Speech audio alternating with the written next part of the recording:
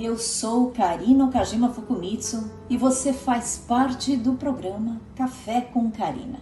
Sua jornada para se conectar com pessoas que extraem flor de pedra começa aqui e agora.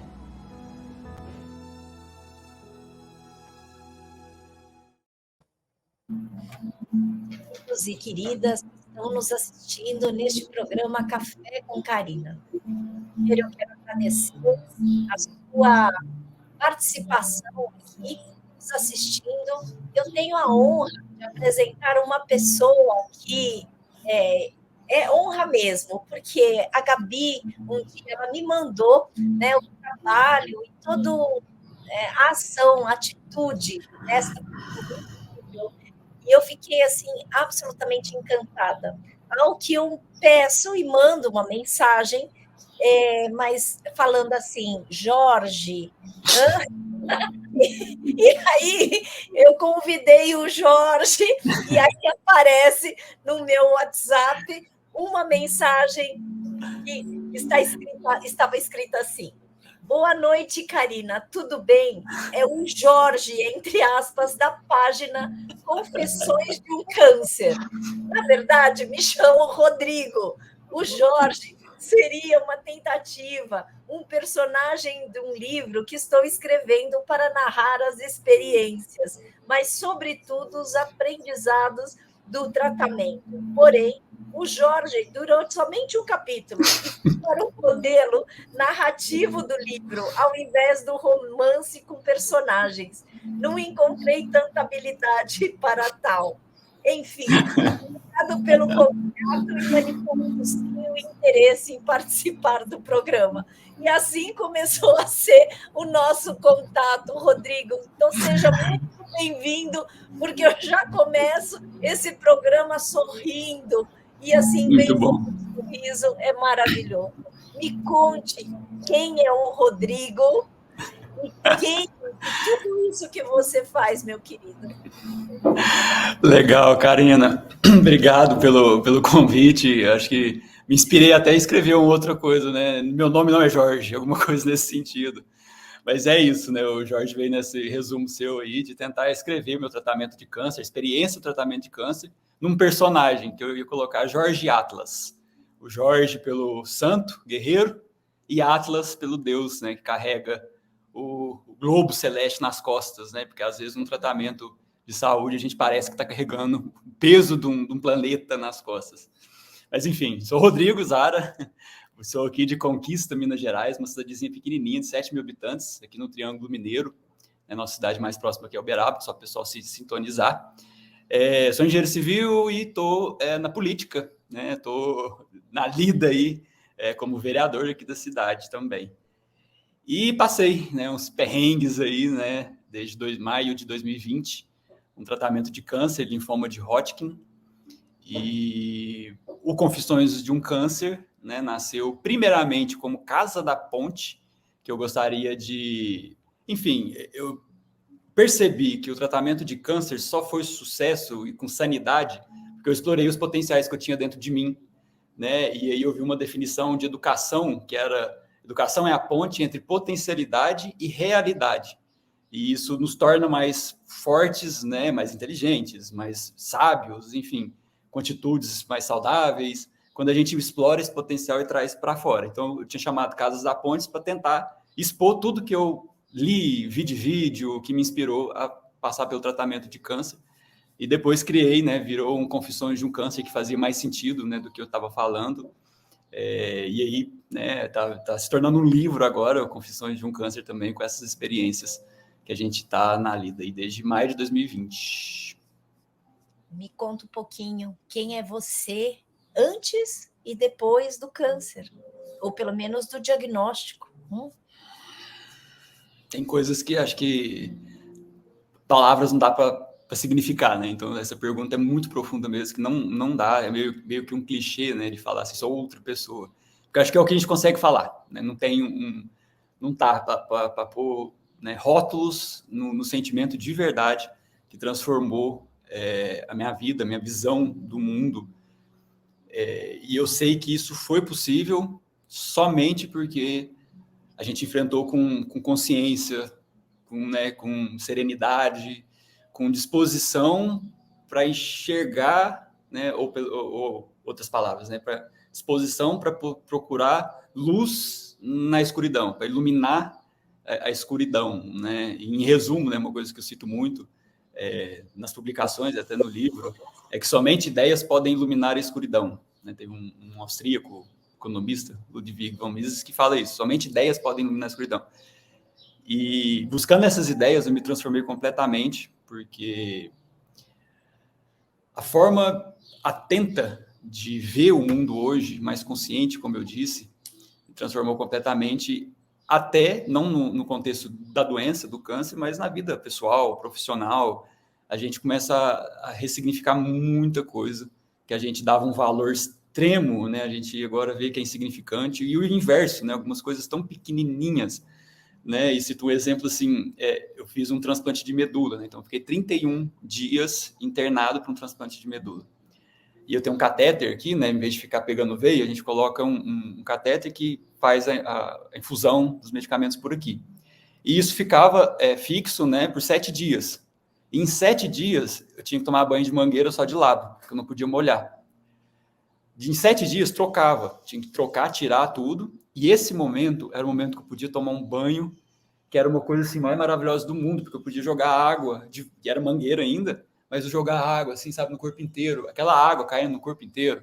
Hoje, sério, assim, quando eu vou tomar um banho, aí às vezes eu tô meio nervoso com alguma coisa, e no modo automático de vida, né, a gente acaba tomando banho e nem vê que tomou banho, né, e aí, às vezes eu nervoso com alguma coisa, eu paro, respiro, lembro daquele momento que eu não conseguia tomar um banho direito, aí eu olho aquele chuveiro, abro aquela água e fico lá. Falei, gente, isso aqui é a maior bênção do mundo, né?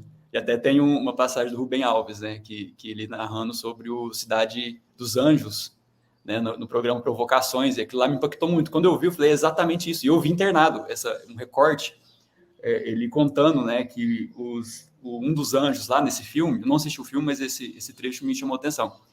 Um dos anjos troca, né? Imortal, só que o anjo não sente prazeres, não sente o sol, não sente. E ele troca a imortalidade para virar um ser humano. E a primeira cena que aparece é ele tomando um banho. E aí o Rubem Alves fala, aquele chuveiro, aquela água quente, que sensação maravilhosa. E eu falei, gente, é isso. Então, assim, para tentar responder um pouco como isso transformou minha vida, né? Essa experiência de dar atenção para um banho que a gente, às vezes, nessa loucura que a gente está vivendo, não ressignifica, né? Você sabe que está me chamando a atenção a tua vida no seu olhar, o teu sorriso, né? A tua simpatia, porque é a primeira vez que eu estou tendo a oportunidade de conversar com você, e isso me emociona, porque você me ensina, a partir da tua fala, que a gente precisa aprender a redimensionar os nossos problemas, a olhar, né, e se encantar. E eu criei no podcast, nessa última temporada, eu criei uma frase que eu falo, o perfeito é o que eu tenho. Né? Então me faz assim, de um jeito tão sensível, tão carinhoso, de você nos convidar a olhar realmente qual é o valor que você dá para cada coisa que te acontece. Hoje em dia você não precisa, né, tomar banho de chuveirinho assim de lado, assim, né? Hoje em dia Exato. Você toma. É muito bacana isso, né, Rodrigo? Exatamente, Karina. E eu acho que me chama a atenção o que você disse no seguinte sentido, né? A realidade é o que ela é. A realidade não é o que a gente gostaria que fosse. Então, assim, uma das coisas que eu mais aprendi no tratamento, que me trouxe sanidade, lógico que isso no início não foi assim, pá, né? Não, eu me provoquei a falar assim, eu preciso de ajuda, eu preciso buscar leitura, eu preciso de ajuda de todos os sentidos. Né? E aí eu fui descobrindo coisas que me deu essa visão de, tipo, a realidade é o que ela é, não adianta você bater de frente. E aí é algo que eu encontrei, né? Metade da vida depende de coisas que são externas a você e você não tem controle, né? O galo canta, a chuva molha, o vizinho às vezes te incomoda, alguém briga com você, fala alguma coisa desaforo para você, isso você não tem controle. E a outra metade é aquilo que é interno e que você tem controle. Então, foque nos 50% que depende de você perante aquele fato que está acontecendo. E aí uma outra, e foi muito engraçado, só um parênteses, que às vezes eu ia lendo um livro, sei lá, Eckhart Tolle, né, que escreveu O Poder do Agora, e o livro que eu li foi o Despertar de uma Nova Consciência, O Novo Mundo, Despertar de uma Nova Consciência. Eckhart Tolle tá vivo, é um psiquiatra, se não me engano, e coisas que ele falava, eu encontrei em Yogananda, que foi um hindu da Índia, falando assim, praticamente a mesma coisa que eu estava dizendo, né? Fechando parênteses. Um acontecimento, um fato, ele não é bom nem ruim, ele é neutro. Quem dá sentimento a ele é justamente esse sentimento, a sua reação. A nossa mente, a nossa reação que dá um sentimento para um fato. E todo fato tem uma potência negativa e uma potência positiva. Às vezes mais negativa, às vezes, né, mais positiva, enfim. Lógico, um câncer, assim, todo mundo enxerga que é negativo de todos os sentidos. Mas aí quando você tem a sanidade, a consciência, controla essa reação interna, de analisar tudo, você consegue descobrir potências positivas até numa notícia horrorosa como essa. E controla, então, essas reações internas sua perante esse fato que você não tem no que fazer. Você está com câncer. Então, assim, ponto. E agora? Né? Como que eu vou fazer a minha trajetória um pouco mais suave? Né? E é mais ou essa menos foi por aí, né? a tua decisão, quando você falou, como é que eu vou fazer a minha trajetória mais suave? Acho que Quais não são teve os acho que não teve esse pensamento assim disruptivo. Foi um processo que hoje, olhando para trás, parece que foi assim, pá, acordou certo dia e falou assim, né? Mas não foi. Hoje, olhando para trás, eu percebo que foi um processo meio que de inquietação, talvez. Né? E outra coisa muito importante, né? Ver que a gente tem muita gente boa em volta da gente. Então, esse Yogananda que eu citei foi uma irmã da minha tia que conhecia e tal, veio e me deu um livro. E eu, assim, falei, caramba. E eu dei atenção àquilo. E às vezes, quando você está na escuridão ali, que você está consciente, no movimento involuntário, de dor, de sofrimento, né, de vitimização, que acontece, que é natural do reação humana. Quando você não controla isso, às vezes você nem dá atenção, deu um livro aqui, guardei, beleza, obrigado. Mas estar atento a isso, dentro desse processo, eu acho que foi o que foi construindo essa visão durante o processo. Então, não teve um momento assim, né? Eu acho que a lição, né, vamos poder falar assim, é se provocar. Né? Se provocar que a gente pode tornar qualquer trajetória mais suave. Seja ela qual dor for, qual desafio for, né? Nos provocando com consciência. Acho que isso é acho que o maior aprendizado. Sim, de onde que vem esse repertório? De você se provocar, de você não se deixar levar, porque tem um repertório aí, né? Porque modalidades de enfrentamento também a gente aprende, né, Rodrigo? Sim. Muitas pessoas que recebem o diagnóstico do câncer, eles esmorecem, não é, né? Eu acho que assim, você se diferencia, trazendo inclusive essa proposta, né, de você trazer as tuas confissões, trazer o teu dia a dia, né, compartilhar. É por isso que eu fiquei encantada, né, com a tua forma de ser. O que te leva, né, até essa modalidade de enfrentamento? É lógico que acho que essa fala, acho que é bem importante a gente destacar, né, o repertório. Lógico que cada pessoa tem uma bagagem de formação que leva a ter as respostas que ela tem em determinado momento.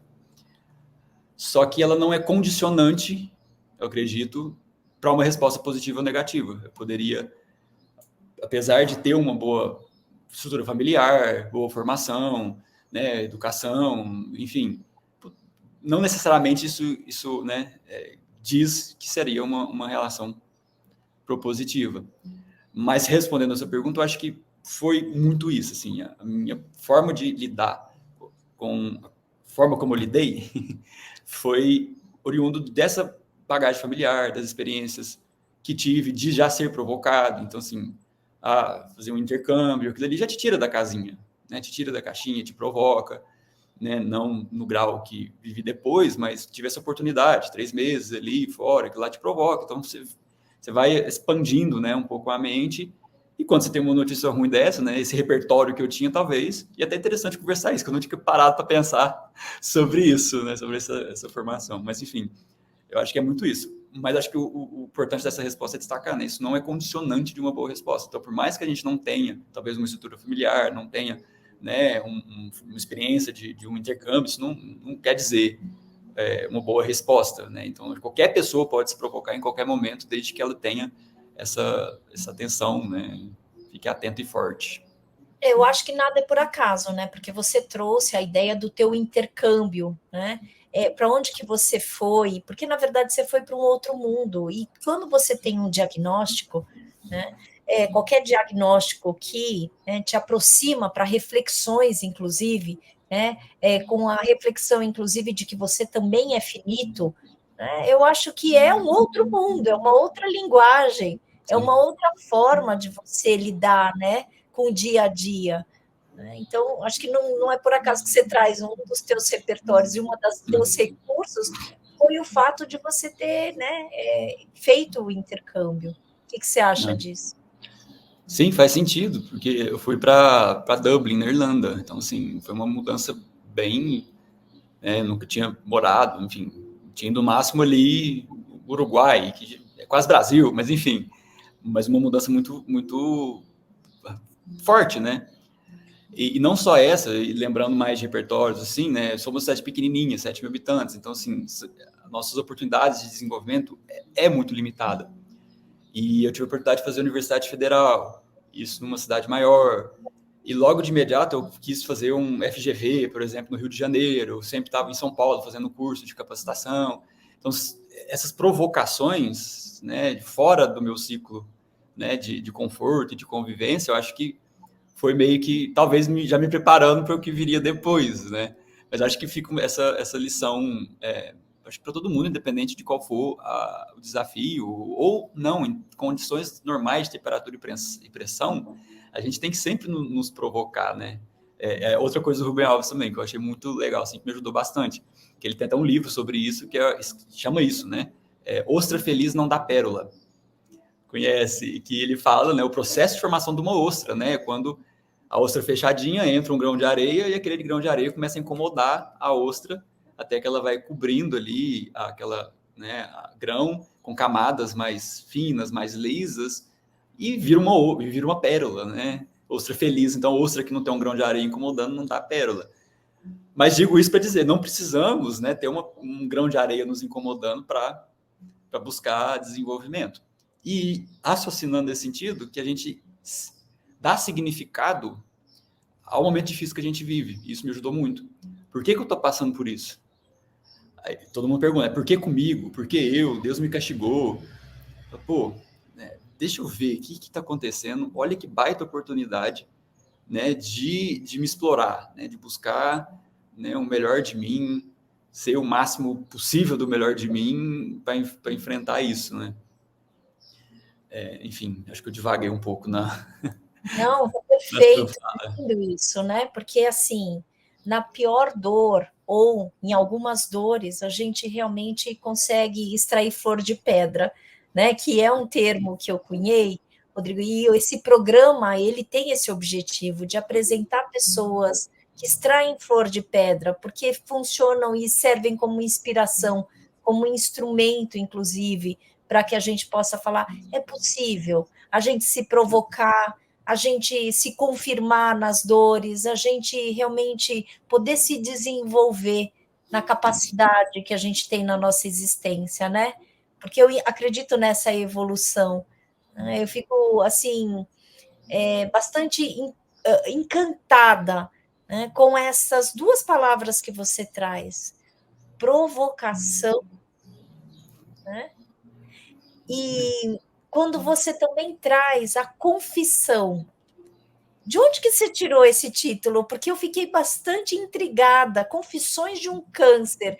Primeiro que eu adorei, assim. E você fala de um câncer e não da pessoa que tem o câncer. Isso me chamou a atenção, né? Então, de onde que você tirou esse título? Então, o Confissões eu gostei muito acho que é São Tomás de Aquino, tem um livro Confissões, não sei se é o Tomás de Aquino ou outro santo, Confissões. Acho que é só isso. Foi mais ou menos dali, assim, que me veio essa inspiração de confissões, porque é forte essa palavra, né? Confissões, realmente, assim, se você parar para pensar. E o de um câncer foi meio que voluntário, não sei, né? Eu acho que o outro aprendizado muito bom, assim, né? Quando você se joga atento, consciente, como eu disse, a sincronicidade das coisas que acontecem é impressionante, assim. É um flow, né? Como se fala, que as soluções vão aparecendo, as ideias vão aparecendo, né? Quando você se joga predisposto, né? A encarar a realidade como ela é, com esse, né? Com isso tudo, com essas características que a gente traçou até agora, eu acho que abre um ciclo de coisas acontecendo que, sabe, soluciona muitos dos problemas, que às vezes você fica ali focado naquela coisa, naquele problema, o que eu vou fazer, não sei o quê. Mas calma, respira, né? Vai com sinceridade, seguindo, que, né? Não sei traduzir isso, mas acho que é sincronicidade, é o acaso, às vezes, né? Aquela coisa. E vai aparecendo. E o Confissões do Câncer, eu lembro desse Confissões do Tomás de Aquino, e, enfim, o de câncer, porque foi o câncer que gerou todas as confissões, né? Não é o Rodrigo, não é o Jorge. Não é o Jorge, o personagem. Mas é interessante isso, né? Porque quando você traz um personagem que traz uma narrativa e que esse personagem fica num capítulo, e fica, né? Depois de um capítulo, o Rodrigo. Né, um Rodrigo que traz a sensibilidade, esse olhar assim cativante, né, esse sorriso bacana, né? Porque assim você dá uma sensação assim de leveza. Não que o que você passe seja leve, mas assim você traz isso, né? E eu acho que isso é bacana, né? Principalmente para as pessoas que também vivem no câncer. Sim. E ouvindo você falar desse sentimento, é assim, posso ter certeza, podemos ter certeza, e eu tenho consciência disso. Tudo que expresso hoje, né, e da forma como expresso, enfim, é resultado de um câncer. Então, assim, por mais doloroso que seja essa palavra, né, eu lembro da minha avó paterna, analfabeta, quando a gente foi dar a notícia, é aquela doença, não pode falar, né? Então, nos antigos, tal, tem essa coisa. É aquela doença, a hora que ela foi entendendo as coisas, sabe? Mas não, ele gera um resultado, que no livro até fala alguma coisa sobre isso. No final, né? Que ainda não cheguei no final, mas enfim, é um privilégio sofrer. No final das contas, a hora que você encara as coisas com, enfim, com tudo isso que a gente narrou, separando o que você consegue controlar, o que não consegue, atento no presente, deixando o futuro lá onde ele está, sem misturar as coisas, né, é um privilégio passar por isso, porque você sai muito maior do que você entrou. E aí você faz isso, né, dá um sentido a isso, né? Que foi também outra coisa que outro livro que me ajudou muito, que está também no Confissões do Câncer, que é o do Viktor Frankl, né, Em Busca de um Sentido, enfim, que se tem um sentido na vida, tem um sentido até nas piores circunstâncias, né? Então, busque, né, esse sentido, porque mesmo nessas piores circunstâncias, no caso dele, né, num centro de concentração nazista durante 3 anos, o cara revolucionou a psicoterapia, enfim, por causa desse processo que ele passou, né, enfim, extremamente doloroso, e a gente nem consegue imaginar o que foi viver, né, e sobreviver, né, sobretudo. É outra coisa sobre sobreviver, que eu até cito no livro também, né, existe a opção de viver um sofrimento e existe uma opção de sobreviver, de sofrer um sofrimento, né, viver um sofrimento ou sofrer um sofrimento. Você tem essa escolha. Você quer viver o sofrimento, e viver significa consciência, racionalidade, né, serenidade, coragem, confiança, enfim. E sofrer um sofrimento é aquela coisa involuntária, que os pensamentos, né, vão atropelando, enfim. E o Jorge ficou lá no primeiro capítulo porque eu não consegui encontrar a forma narrativa do negócio. A ideia era a consciência de Jorge narrando a história. Então, a narradora da história era a consciência de Jorge. Aí ela ia narrar todas as coisas, mas enfim. Aí eu gostei do que estava ali no primeiro capítulo, e eu deixei lá, capítulo 0 chama, ainda em produção, já capítulo 0. E o capítulo 1, como é que ficou? Porque a consciência, né, que você está propondo é a consciência de uma pessoa, né? É de um personagem. E o capítulo 1, como é que você nomeou, intitulou? Resumo da ópera. Que aí eu entro como eu mesmo, explicando que o Jorge ficou lá, que eu não consegui continuá-lo, mas eu entro aqui falando sobre o que aconteceu e tentando fazer um resumo.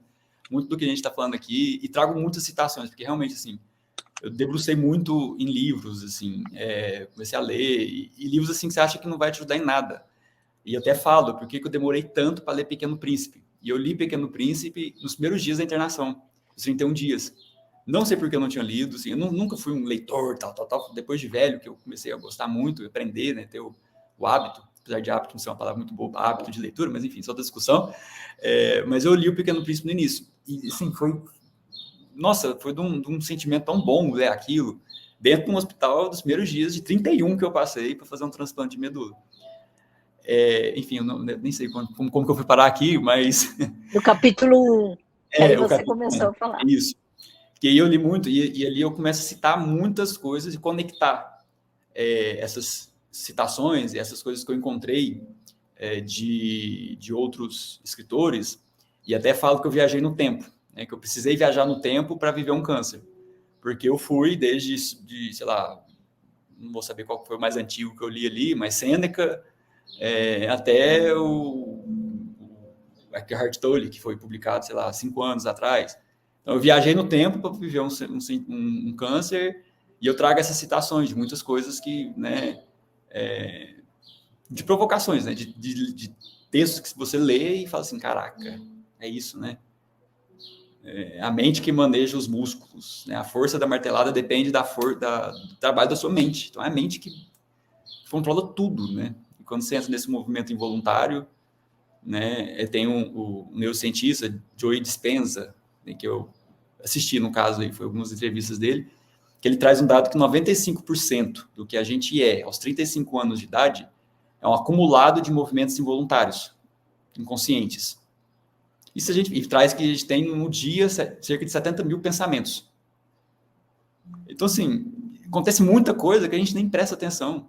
E quando você está passando por um momento difícil, isso gera o que o Eckhart Tolle chama de corpo de dor, que ele involuntariamente a gente busca sofrimentos, né? Involuntariamente busca dor, né? Pensamentos ruins, remoendo, né?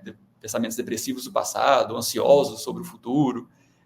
E quando você tira essa névoa e olha o momento presente, encara a realidade como ela é, né? Vai devagar, você começa a ver que você tem uma mãe do seu lado, um gigante, te dando um apoio, um amigo que te dá um livro, né? Enfim, uma mensagem pequena que seja, você começa a enxergar isso, né? Por isso que a capa do livro vai ser uma vela, tudo preto, uma vela. Uau, porque só ideias podem iluminar a escuridão. Que coisa linda, que coisa linda. E assim, você traz a ideia de que nós não somos sem o outro, né? Então, muito forte isso, né? Essa rede de apoio, essa possibilidade da gente fazer a diferença, sendo diferente, né? Enfrentando de uma forma diferente. Muito bonito. Absolutamente, absolutamente. Tanto é que esse livro, o primeiro livro, que é esse do Yogananda, Paramahansa Yogananda, ele foi o cara que trouxe o yoga para o Ocidente. Então, lá em 50, 40, 50, ele morreu em 50, né? Antes disso, ele trouxe a yoga para o Ocidente.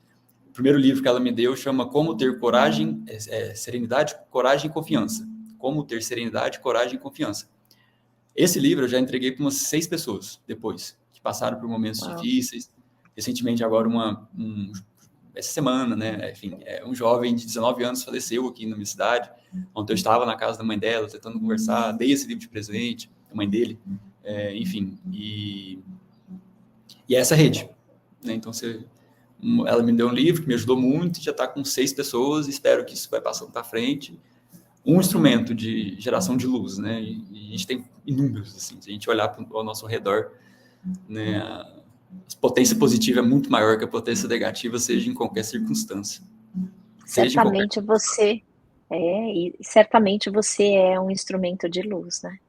Me conta um pouquinho, me fala uma mensagem, né, de esperança para aqueles que querem resgatar a sua própria existência.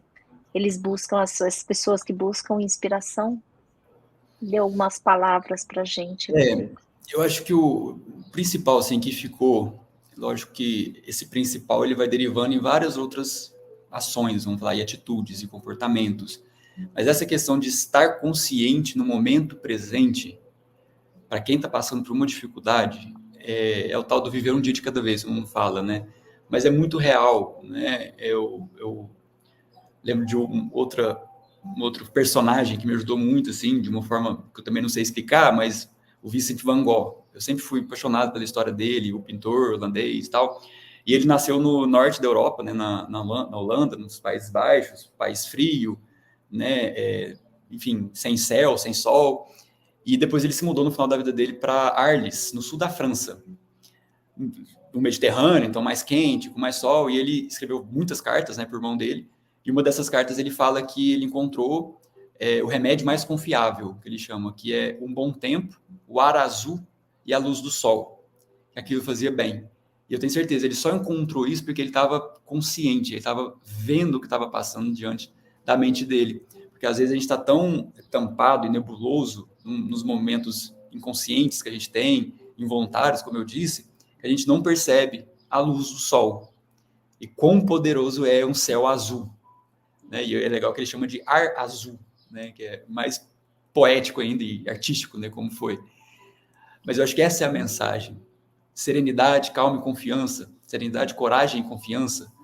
Eu acho que, né, no momento presente, você consegue ver as coisas com mais tato. Né, e talvez até pegar o segundo à sua frente e falar, não, né, quais são as opções que eu tenho? Né, e consciente, você consegue entender melhor o que o médico está te falando, você consegue buscar alternativas, né, enfim, e uma experiência que tive, né, eu tive que buscar uma segunda opinião, e essa segunda opinião que salvou minha vida, com certeza eu só pude buscar uma segunda opinião porque a gente estava atento, consciente, escutando aqueles primeiros tratamentos que a gente estava fazendo e viu como estava fazendo um pouco de sentido, enfim.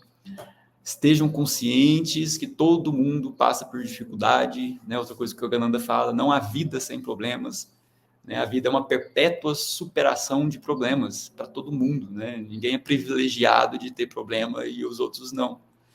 Podem ter certeza disso. Que coisa linda. E bota o bloco na rua. Bota o bloco na rua. Que delícia. Que delícia te conhecer, estar com você. Eu vou pedir para que a minha filha entre também aqui para a gente finalizar esse momento tão especial. Né? Obrigado, viu? Foi muito bom falar, né? Dar palavras às coisas que a gente pensa, acho que ajuda muito, né? A entender. Olha, eu que tenho que te agradecer. Primeiro, eu quero agradecer, Gabi, por ter te encontrado e ter te apresentado para mim, né? Encontrado o Jorge e na verdade, assim, o Jorge é a consciência. Agora, quem eu encontrei aqui agora é o Rodrigo. E uma pessoa absolutamente encantadora, Rodrigo. Eu fico até emocionada, agradecida por te conhecer e eu quero ver o teu livro aí sendo um instrumento de iluminação e de direção para muitas pessoas. Então, gratidão para aquilo que você está oferecendo para o mundo, né, para a gente, né?